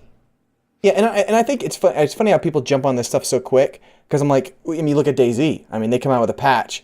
It's meant to like enhance zombies or whatever, and then people are like, when it doesn't work, people are not going, "Hey, they were trying to screw us over and take away the AI." Well, some from the people side." some people do. Well, yeah, I'm sure there's yeah, always some someone. people, some idiots are. You know what I mean? But like, you can go, "Oh well, Yeah. okay, the patch just the- crashed." the Whatever. difference- DayZ's though is also in that- early access. Yeah, it is early. Yeah, that's true. But GTA 5's been out for whatever. months now, like officially released, Yeah. done. This is Yeah. a content update, so it is Yeah. a little bit different. But yeah, I see Yeah, what you're so- saying. But I think they probably also, if they did purposely knock it down some, they probably know that if people have been playing it for a couple months, then they're not going to notice a slight downgrade. They're just so used to playing it. Like, they'd probably never notice. And if it gets them a little more performance than they need, they're probably like, yeah, what's the big deal? And it wouldn't have been a big deal unless people, if people hadn't noticed, but it's the internet. So someone will always notice and Pretty much. call it texture gate or whatever. Who knows? But moving on. We have a new Potato Masher video. I compared Battlefield Hardline on the Potato Masher and the PS4. Now I was going to ask you guys, hosts, did you guys get a chance to watch the video ahead of time? I haven't. I actually kind of saved it to watch it with all of you guys, but I do Well, have it downloaded. I was going to ask, do you want to watch it together or do you want to mute it and talk about it? Did you guys have a preference? I would say mute and talk about it. Okay. Yeah. All right. Then everyone let me know when you're ready and we will start it. Ready? Ready? Opening up Dropbox right now. Wait. No, Dave, I'm sitting on a black screen. What's everyone going to think now? You're ruining the online viewing experience We're all for the podcast. just 4 guys in darkness right now. Where did the file go? Did someone... I copied it. I didn't cut it. Who cut the file? Just watch it on YouTube, Dave. Just open up the link, Dave. Pixel Peeper. And Who we'll just wait. We'll all just wait. The Pixel file. peeper. I think we know who did because the person going, just watch it on YouTube. What's the big deal? I'm ready, James. All right, you I don't guys go ready? in there. You guys ready to go? You don't Yes. go in there? What does that mean? That folder. That's Oh, forbidden. okay. That's like going into the parents' bedroom. You just don't do it. All right, going live. All right, 5, 4, 3, 2, 1, go. Okay, so Battlefield Hardline came out recently, and even though it's a little bit of a mediocre game, Why is it black and white? I always do the intro. I'm just kidding. Sorry. Come on, Joel. We have a limited amount of time. I'm sorry. you So jerk. it runs at 900p on the PS4 and 1080p or whatever else you want on the PC. Now, a lot of games, like when we compare them, it's like, well, it looks pretty good on the PS4 and pretty good on the PC. Like they usually look pretty close to each other, and then the PC wins on frame rate and resolution and Yeah. stuff. Well, it did not look good on the PS4 in comparison. It was like really noticeable. One of the biggest things is you're going to see coming up. I do some up close comparisons, and I'm going to point out when there's a texture. Like the textures are horrible on the PS4 version by comparison. Now watch really quickly. You're going to see this door, the white door, the bathroom door right there. All right, there's a split screen thing, and then blow it up. Look at that door. Look how bad that looks. Oh, it's Yeah. so bad. Oh, dude, the aliasing on the windows is really bad. It is bad. And right here, I Yeah. didn't have it on the PC. I turned it on to 2x later, and that did make a big difference. Right now on the PC, I was just using post anti-aliasing, which didn't really work. The Yeah, aliasing on that this much game, better on the PC right now. No, it doesn't. But the game itself looks a lot better. Yeah. Like you can just tell higher resolution. There's really no substitute for it. The PC just in everything, it can maintain pretty much 60 FPS. I mean, the PS4 is like that. The PS4 is not a rock solid 60 FPS. It's 60 dropping down to the 50s. And I mean, the PC version, like just look at this stuff when it's flipping back and forth. It's a huge difference. The PS4 version just looks so muddy. I just noticed right there, the PS4 version, the car didn't have tires on it for a couple seconds. That's Tire popping right DLC. there. That's it Oh, it premium didn't have DLC. taillights either. When it Yeah. switches to the PC, the taillights turn on. Wow. Like, that's some bull. And the right there. Look at reflection, that. the Look at reflections that. are pretty bad on the PS4. Like, Yeah, it's just the lack it of looks reflection. so bad. I mean, Wow, what like this is happened? probably the biggest difference I've seen in any game between the PC and the PS4 version. And then on multiplayer, it's even worse. Just look at like the PS4 version is so freaking ugly. It looks like a Wii Oh game. my gosh. It looks like a game that came out like Dude. It looks, but I think worse than Battlefield 3 on the PS3, and maybe I'm just remembering that with rose-tinted glasses. But the Not quite PC that bad. version- It looked really bad on the PS3. Really bad. But the PC version is head and shoulders above the PS4 version. Like, it's not even close. Like, look how muddy and nasty that, like, it's so crappy looking. And on the PC, Gross. Because it's like, to be honest, I mean, like looking at the PC Go, this is not a very good looking game. yeah, honestly. it generally it's and not then a very good and then looking it's game. like the PS4. Oh, geez. I'm so glad I'm not into this series. Now, if you turn on 1440p, if you turn everything up to high, the frame rate, like, it'll stay in the 50s, but then it'll drop down to like as low as the mid 30s from time to time. Just like when the going gets tough, the frame rate drops like a rock. So if you want to play, it's like, going down to 25. if I never saw it go that low, but if you want to play at 1440p on high, you're gonna have to deal with a variable frame rate. You know, that could It's a actually be a big strategy variance, if too. you just have the counter. You're like, oh, someone If you must drop be it near down me. to very low, though, look at this. This is very low at 1440p. This doesn't look bad at all. Like, this honestly looks better than the PS4, I think. And Did you it's shoot running... that guy instead of arresting him? Like, you had, Oh, you're I like, shot everybody. You're like, should I arrest him? And you're like, nope, assassinate. But on very low, it runs at a very consistent 50 to 60 FPS, 60 a lot of the time. But look at this. This is Nice. very Yeah, low it at does 1440p. Yeah, I'd say minor, a few little textures things here or there. It looks like it runs pretty well. It But it's looks not a pretty good looking game, though. I No, don't, it's especially not. multiplayer. It's not that great of. It's not a great looking game, but I feel like yeah, Battlefield 4 looks significantly better. I Oh, do as yeah. well. But yeah, 1440p looks way better than 900p. So Oh, even though dude, the textures cars are lower. in this now, game are now this so is bad. interesting. Now this looks really nice. This is all the settings on very high at 1440p. The highest settings, the frame rate stays pretty consistently at 30 to 45 FPS. So again, the PS4 does run at 60 FPS. If you wanted to play the campaign or something at 30 FPS, if it didn't bother you, it looks awesome at 1440p on very high. By comparison, like look at the detail in the character's face and stuff. It looks a lot Speaking better. of the faces, real quick, holy uncanny valley, Batman. We're in a weird place for faces. Yeah, like, we are. They're really real looking, but it's just like unnerving. It's like all the like beady sweat and stuff. It just looks strange. But on high, the game looks quite a bit better at 1440p. But you are going to have that variable frame rate. So it's up to you if you want to play with it like that, but it definitely is an option. Now, if you want to play at 4K, it's not great. There's a bit of frame stutter. It's actually not the graphics memory being used up. I'm not sure exactly what it is. The card's just melting. But you can play at about 30 to 35 FPS on very low. But I mean, all the screen tearing. yeah, well, there actually wasn't any screen tearing, but there's a lot of pop in and there's a lot of like micro Dude, that looks like stutter. network lag caused by your resolution or something. That's really weird. It is. It's all the frame time delivery. Now here is the game running at 720p, like if you bought it on the Xbox One. I love Just doing a these. comparison. Here is at 900p on the PS4. And then here is 1080p if you're playing it on the PC. 1440p. And then 4K. So if you're wondering why it doesn't run it at 4K very well, that's why. Look at the massive difference. Like 1440p is 4 times the, The 4K resolution does of the have Xbox One. as screen tearing. It has a lot. If you notice, if you look on the left, right in the middle, it's got quite a bit. It's got like texture tearing and stuff. I didn't notice any big screen tearing stuff. Like, At least, look where the chopper blades are going. You could see it. okay, all right. But yeah, I wouldn't really recommend playing it at 4K on the Potato Masher. But once again, your monitor would cost more than the computer if you were playing at 4K. So, you know, I love that. Looks like Los comparison. Santos. It's Los Angeles. A lot of this looks no, okay. this is Florida. GTA.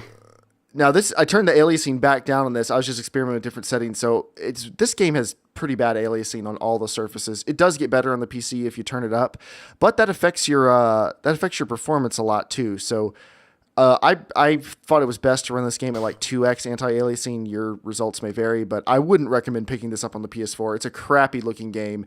It's not an amazing looking game overall, but if you're going to watch it or going to play it, I would definitely play it on the it's already Potato Masher. bad looking. It's just going to get more bad. Exactly. But I think the I Potato recommend Masher, single player- 360. Some of the single player environments I think are pretty nice looking on the PC. they're for decent. sure. They're decent, but I don't think they're anywhere close to as good as Battlefield 4. I'd say maybe the internal, like the inside areas of like the campaign look pretty awesome, but I'd But say overall, again, the nowhere game's- close to Battlefield yeah. 4 in my opinion. No. But since we're comparing it, the Potato Masher won hands down, like not even close, running away. Yeah. And I and good news for Battlefield 4 fans. Battlefield 4 had a bad memory leak, and the Potato Masher had problems playing it because it meet the minimum requirements for memory for Battlefield 4. But when the memory leaks, your minimum requirements no longer mean anything. So Hardline didn't leak. It didn't appear to, no. It used a lot of memory. It used more memory than the game said it was using. Like the game said, we're using 1.8 gigs, and the system was using like a gig, and then there was like a half a gig more that was just unaccounted for. That's probably the prefetch. Yes. It's like a memory extortion. I turned off prefetch. just to Really? figure stuff out like that. And yeah, it's not prefetch. I don't know what it is. The game is somehow mystery tiny up, memory. but it's not leaking, which is good. So It's pre-downloading that premium DLC. it's a little bit rough running it on 4 gigs of memory, but that's not enough for me to say like, oh, well, we should have bought 8 gigs of memory.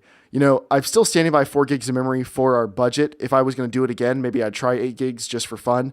But I don't think like, oh, we need more memory because Frostbite 3 had troubles running on it. Frostbite 3 has troubles with all kinds of stuff. So I think it's a Frostbite Isn't it issue. Frostbite 2? No, it's 3. I mean, Or they like added a 3.5 couple new now. features. I thought the one for Battlefield 3 was Frostbite 2. It was. They had a and then- 2.5, didn't they?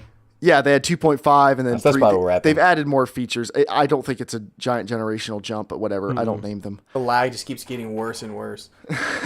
Frostbite 5. You can't actually play anything, but it looks sweet on the menu screen. We just removed the entire network stack. We just gave up. All right, it's now time for the mail. Mail time. You can write into casualshenanigans@gmail.com, just like Traven Fallows, friend of the show. He wrote in and he said, "Hey guys, I'm planning to build sort of a long-term project. I love the Cooler Master Elite 110 case and want to build something in it. I also really love the look of Cyro Rig coolers. Look them up. They're awesome. It's like a really low-profile, flat-looking cooler." And he says, it'd go great in this case as a low-profile cooler. The problem is, by my calculations, there'd only be 1 millimeter between the fan on the cooler and the bottom of the PSU. So basically, will that be enough for the cooler to work effectively? Should I consider mounting the power supply a certain way to either give its own airflow from the outside, whereas ventilation, or could I mount the power supply fan down to create even more of a vacuum airflow in that 1 millimeter space? I'll have a front-mounted fan in the case. And then he says, any thoughts and general advice on the build would be great. I'm planning on getting the Intel G3258 as a stand-in processor that he wants to upgrade to a 4790K down the line. And this is just like a home theater living room gaming computer. He has a main rig with a 4770K and a GTX 980. He says, Dave, congrats on the PS4. Everyone keep up the good work. So his build is a Pentium G3258 processor, Z97 motherboard, Kingston 8 gigs of memory, 250 gig SSD, GTX 750 Ti, a Cooler Master Elite 110 Mini ITX case, a Corsair 500 watt power supply.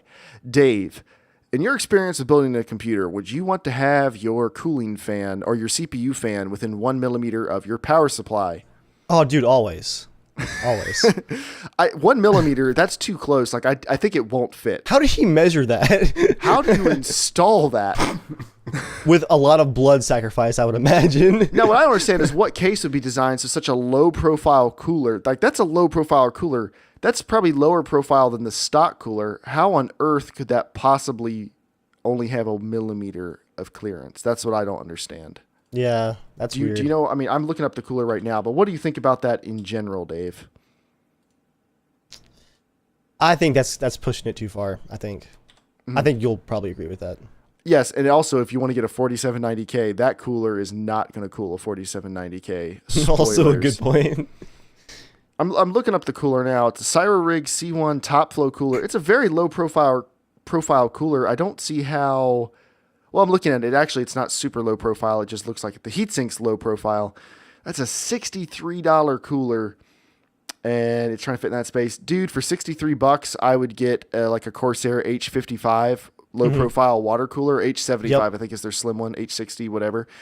And then just mount, instead of getting your cooling fan, like you were going to add a second cooling fan to your case, I would just mount the radiator for that liquid cooler in place of that, because this is a pretty small build. The 750 Ti is not going to put out a lot of heat. Your SSD is not going to put out heat. Like, the only things putting out heat really are going to be your power supply and your processor. So keep them away from each other, and I would use a little bit of a liquid cooler, because the liquid cooler thing is going to be very low profile, and that shouldn't be any problem. I'm a big fan of those coolers too, so yeah, I agree 100%. I'm excited to try out. I got a 4790K new motherboard and a new cooler sitting in a box here. I'm going to be installing them probably tomorrow. And I decided not to go with the water cooling route. I thought about it a lot. I read about it far more than anyone should read about, something so boring as the cooling fans. I ended up going with a Nashua DH14, which is the largest air cooler I've ever seen in my life. It's a twin tower, twin fan design. Like, honestly, the thing is like, it's like this big. It's a monster cooler for a monster user. It's the size of a bowling ball. It's amazing, yeah. It cools, do you have like a landing pad for it? It cools almost as well as the Corsair H100i, which is a liquid cooler, which costs just $10 more. It's a very expensive air cooler, but I'm excited to try it out. It comes with like one of those like double bolts that like you sink into concrete like to the motherboard to mount it and hold it in place. Our last bit of mail comes from Colonel Nixon. He said, "Hey all, Nixon here again. My friend's computer's acting up again, and I seek your wise counsel. After a month or two after building his PC, he told me at least once a week his PC is blue screening. This carried on for a few weeks until he thought he'd fixed it. Around November, he started having random blue screens again. It's crashing at least twice a week now. I've included a photo of the most recent dump screen. He hasn't put anything new hardware-wise into his PC since it was built. Any advice and help would be greatly appreciated. If you need anything else, I should be in the chat. As always, love you guys' work, and thank you." I hate to disappoint you, Colonel Nixon, but there's not a whole lot we can tell your buddy. I Googled the error code. It's the IRQL not less or equal blue screen dump. It doesn't tell us enough because there's all the other codes that come along with it that you have to talk to support about. But if it's happening a couple times a week, pretty much ever since he built the computer, I would check overclocks first. I would reset everything to its absolute default settings. And then my next guess after that would be probably a driver issue. But past that, I mean, Dave, if you have any other good ideas, I don't know what else to tell them other than send those codes to support, and they should be able to help you narrow it down a little bit. Microsoft support, maybe. Yeah, fighting blue screen issues, like that's something you really can't do remotely and expect to have to do some legwork there in person to figure it out. That's rough. But the easiest thing to do, most blue screens are caused, like it's no longer the Windows XP days where you could just expect them all the time. Really, there shouldn't be one unless something's really wrong or there's a very temporary issue. So I would check into anything he's done different with an overclock, major new driver update around that time, anything like that. Try that and just see what works. And if you're experimenting, start with stock everything. Yeah, and hunt it down. You can use System Restore and back up to before that happened. It won't erase any of your personal files. It'll just modify installed programs, and that could fix any driver update issues that may have possibly happened. But I'm sorry we can't help you a lot more than that. But like, we're not real IT. We're just helping you best we can. We're just the internet. But as always, you can write into casualshenanigans@gmail.com with your mail. All right, second to last bit of things for the evening. That was a terrible segue. What are you playing this week? Where we talk about what we're playing this week. We're going to skip Joel. We know what Joel's playing this week. No, Joel, you can talk. What are you playing this week? You can talk. Bloodborne. All right, moving on. Dave, what are you playing this week? I am playing the game of Freelance. Gosh, this week I've been playing a little bit of Bloodborne wherever possible, just to take a break from stuff. A little bit of just Cities. to kick back and relax after working. Yeah, what a terrible decision. I've been playing a bit of Cities, but I've also been modding Cities a bit this week, which I was telling Joel, like, I don't know what's wrong with me. Sunday I was like 3 hours deep into Freelance stuff, and I'm like, man, it's time for a break. What should I do? I'm like, I know, let's UVW map a custom building for City Skylines for an hour and a half. I didn't even close 3ds Max. I just opened a different file. Got like an hour and a half into that, and I'm like, what am I doing? Let's play a game. I played a little bit of DayZ Experimental last night, and I'm excited to play some more of that after the update tomorrow. Zombie AI updates, tons of new areas, some new weapons, new loot, and the global loot economy finally being activated after being in framework mode for since last summer. So, exciting times. We played some stable this week too. That was this week? last week. That was last week. last week. Since the last podcast. It was Sunday night, I think. Oh, it was that. Okay, yeah, that's right. It was stable, if what empty. are you playing? You playing anything? Or you just doing homework? No, I played a little bit of, like I said, DayZ. Played a little bit of H1Z1. Played a little bit of Bloodborne. Sounds like I played a lot, but I really didn't. The game that I played the most was like an indie game on the PS4 called Tennis in the Face.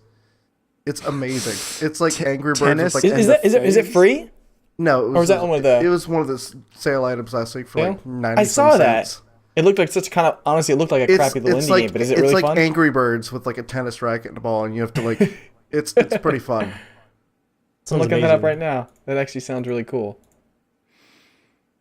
And all I've been playing is I've restarted The Witcher. I'm trying to beat The Witcher and The Witcher 2, carry those save files directly over to The Witcher 3. Although I do have my save files backed up from The Witcher 1 and Witcher 2, but I'm going to do it all again. Wow, that's determination. On that's how long hardcore, man. On howlongtobeat.com, it's estimated that The Witcher, if you just do the story, takes about 43 hours. Oh my gosh. The best speed run was 11 hours. I'm going to try to do it in 20. Because I remember a lot of the dialogue really well. So for any like small quests and stuff I have to bust through, I'm just like, you can read the dialogue and click through it. So I'm just clicking through like as fast as I can, just reading it as fast as I can. And then for all the main story stuff, I'm letting the cutscenes play out. Dang. But I remember it well enough. And then when I play through The Witcher 2, I'm excited to pick a different path. Like the game splits in two, and there's two very different storylines. And I chose one last time. I'm going to choose a different one this time. And I'm really looking forward to The Witcher 3. So that's what I'm doing. I'm also playing a little more Cities, a little more Total War with Dave. There should be some good videos coming of that. Oh yeah, soon. we played Total War finally again. We did play Total War and then Bloodborne. So, yeah, everything's pretty good. Solid week for gaming, actually. Even though I think we've all been pretty busy this week, but making some good choices, guys. I'm very proud of all of us. Can I read one short, tiny paragraph of something funny? Okay. I just learned about Bloodborne, which you're gonna love it even more. And I was noticing something as I was playing the other day. Once you're above 15 insight or around that 15 to 20, like once you collect it, the game gets harder and enemies gain new abilities like magic weapons and other things like that. And Dementor type enemies will just show up in your map too. Because I was like, this guy wasn't here before. What is this guy? Like, he started doing this little, like, thing, like, out of his hand. And I was like, oh, I hit him. Barely did any damage. One swipe, dead. I was like, what the shit? Bloodborne in one line. Yeah.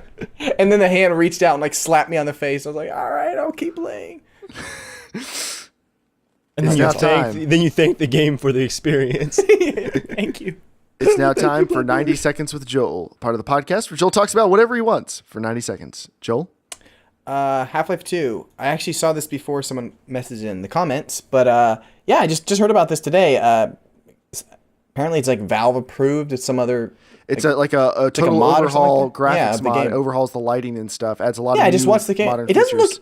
look that much better, but it does look pretty awesome in some areas. It respects the original art styles. Exactly. It doesn't do one of those crazy ENBs and like super shallow depth of field and high contrast and like it doesn't do all that. It's just like no one's gonna play a game like that. It's great for screenshots. It's basically the HD re-release version of It's like Half-Life 2. every Skyrim mod. Like, guys, look how awesome Skyrim can look. I'm like, sweet. You're gonna play it full depth of field, so you can look at blades of grass. I'm like, no one's gonna play that. I remember Dave. I did that. Dave downloaded it. You tried playing it. You didn't last for more than an hour playing that game in that mod. No, not that one. But I did have a depth of field ENB that was pretty extreme. Not as extreme as that one. Yeah. It was like 100 feet of depth of field, and I played hours on that. So many screenshots. I'm going to. I'm actually testing right now for a future Potato Masher video, installing a bunch of Skyrim mods, and I'm trying to come up with a build that looks as good as possible without looking stupid. And I'm going to try to see how well the Potato Masher can run heavily modded Skyrim. I'm currently up to about 120 mods right now, all graphical, no gameplay modifications. I haven't even How much of a added download the is ENB that? yet. It's actually about 3 gigs. It's not that bad. Oh, Like that's you not too can bad. subscribe in the workshop. It's pretty easy. Like the Steam Workshop has streamlined the process. I a did lot. that a few times for Skyrim, like updated a couple of the cities and stuff. But Mm-hmm. then like just the following week they weren't supported, like they didn't do anything more, then it crashed my game. And then I lost my save file. So I was That's like, half the fun of F this. Skyrim is trying to make the game Yeah. work correctly after you've modified it. So I usually That's I me. usually don't. It's fun. I always mess around with it a while, but I can never stay consistent with You it. could play bingo with Joel's save files. Like which one's gonna lose first? Now, my last little thing is I learned a meaning of a phrase apparently I've been saying for a long time. Dude, you've used this a lot recently too. A lot. Yeah. What is it? Well, when Like, we were getting can I preface this? What Please, did your James. wife study in college? English, Okay, just okay. yeah, but she doesn't Yin and correct me all the yang. time like a good wife should. Because she probably is exhausted by the end of the day. No, she doesn't correct you all the time because she's a good wife. No, well, I was talking with Picor, and I think I figured out what I was meaning to say is hot and bothered. That's what I meant to say. What if Which is you also not a when- great phrase when- to use constantly. during our heated conversation the other night, I was like, this conversation's getting really hot and heavy. You did say that. And then Dave started laughing. I was like, what are you laughing? He's like, that's not the correct context. I was like, I think it is. So it's like we're getting hot and heavy in here in this, so I said in this I said it party. again today, and Debbie was like, wait, you do know what that means? I'm like, is it like some sexual meaning or something like that? I'm like, I didn't really know, because I'm like, hot and heavy. I'm like, what's heavy? So I couldn't quite understand what it was. Apparently it's a very, very old saying. So, but I guess I switched it from hot and bothered, I've but I've known been what it saying is, that like, for 20 years years. now.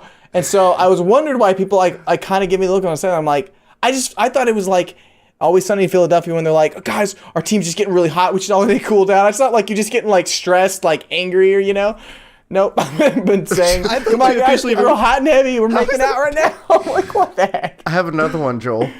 Tell the story about the confused. They're confused.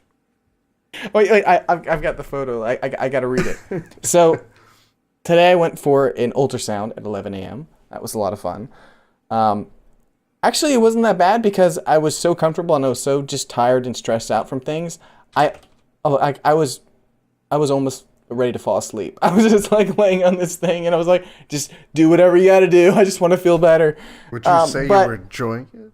No, I'm just kidding. But before, they had me fill out a few things, right? And on this little this questionnaire, one of the questions is, do you have problems with confusion? Yes, no. And I'm sitting there confused with the question because I'm like, and I'm sitting here, I'm saying it to James right away. I'm like, wait, do you have problems with confusion? I was like, at first I was trying to think, I'm like, this is not like some kind of like disease or something that's just named similar to like, if the sentence, I told James, if the sentence was like, do you have problems, like, do you get confused often or whatever, so I'd be like, okay, yes, no, whatever. I understand what that means. But it was like, just the way it was said, it was like, do you have problems with confusion? I'm like, are they tricking me? And I like took a second, I was like, I'm confused with this question, so maybe yes. Joel answers very much so. But then when I looked at the bottom, it says, if you checked yes to any one of these, please contact the doctors immediately. I was like, I don't want to do that. There you go, Joel. You have doctor's orders. Finally, guys, we can get him some help. It's official. I will say, I've actually been feeling a lot better lately. That's good. No one asked about your weird health problems online. Just save that for your real life friends, Joel. Okay. Although I do, everyone on the podcast should feel touched. These are my friends. Yeah, they should feel touched that you feel close enough to them that you want to tell a group of probably mostly minors about all the issues with your genitalia. I think everyone is probably just really thrilled about that. When you put it like that, it just sounds way more gross. Yeah, I'm sorry, dick cancer didn't sound gross. I think less gross, honestly, than saying genitalia. Joel, you're like, when you talk about what I'm doing, it makes it sound like I'm a weirdo. Let's just not talk about it, guys. Just let me say what I want. All right, that's the podcast, guys. We're going to let you know. We'll be tweeting out a lot when we have confirmation when we're having the Dark Souls 2 guys on, but we're really excited about that. As always, you can leave comments in iTunes. You can support us on Patreon, which we greatly appreciate. You can hop into our Teamspeak server, which is in the description of this video. If you want to play Minecraft with us, hop into the server, and we'll hand out the Minecraft address. Right now, you should be getting ready to go play H1Z1 with us. Hop into the Teamspeak server and talk to Debbie. She'll be handing out information, and then those of us who are able to play from the CSG crew will be in there within a couple minutes, and we'll all get started. But you can find us online. Why do I have random sound starting? Another Battlefield Hardline video. Just decided to start playing in some tab somewhere. I really hate this. It knows game what right you now. want, man. Just accept it. But yeah, you can follow us online, twitter.com/germgaming/casualshenanigans/evilviking. Find us on YouTube, Evil Viking 13 and Germ Gaming. And thank you guys very much for coming out. Thank you for supporting the podcast. Thank you for listening every week. We really appreciate you guys. Anyone have anything else to add before we go? No, I'm good. All right. I really want to say what James texted me, what made me laugh so hard, because it was hilarious. James, when we were fighting about how you guys were making fun of me for my crappy Spanish accent, James sent me a message on Facebook and he says I can speak Italian, and I was like, oh, maybe James really can. And I was like expecting like him to actually just like, I don't know, type out or just explain to me that he like took lessons just like that. No, he goes, look at my long noodle and spicy meatballs. And I would just die because I was like ready for him to be like telling me a story, and I just died. I don't know why it was so funny. And then he goes, it's fantastico. I just pictured the Family Guy Peter when he's like goes in the time rest. He's like, I want a pizza, blah, blah, blah, blah, and he just keeps on doing like just cliche, Italian. It was just so funny. And I just lost it. It was really good, James. James, your work is so easy. I was just so ready, like, oh cool, James learned Italian. And there's like, look at my spicy meat. I'm like, what the F? There you have it, guys. Joel is 12 years old. And with that, everybody, please stay casual.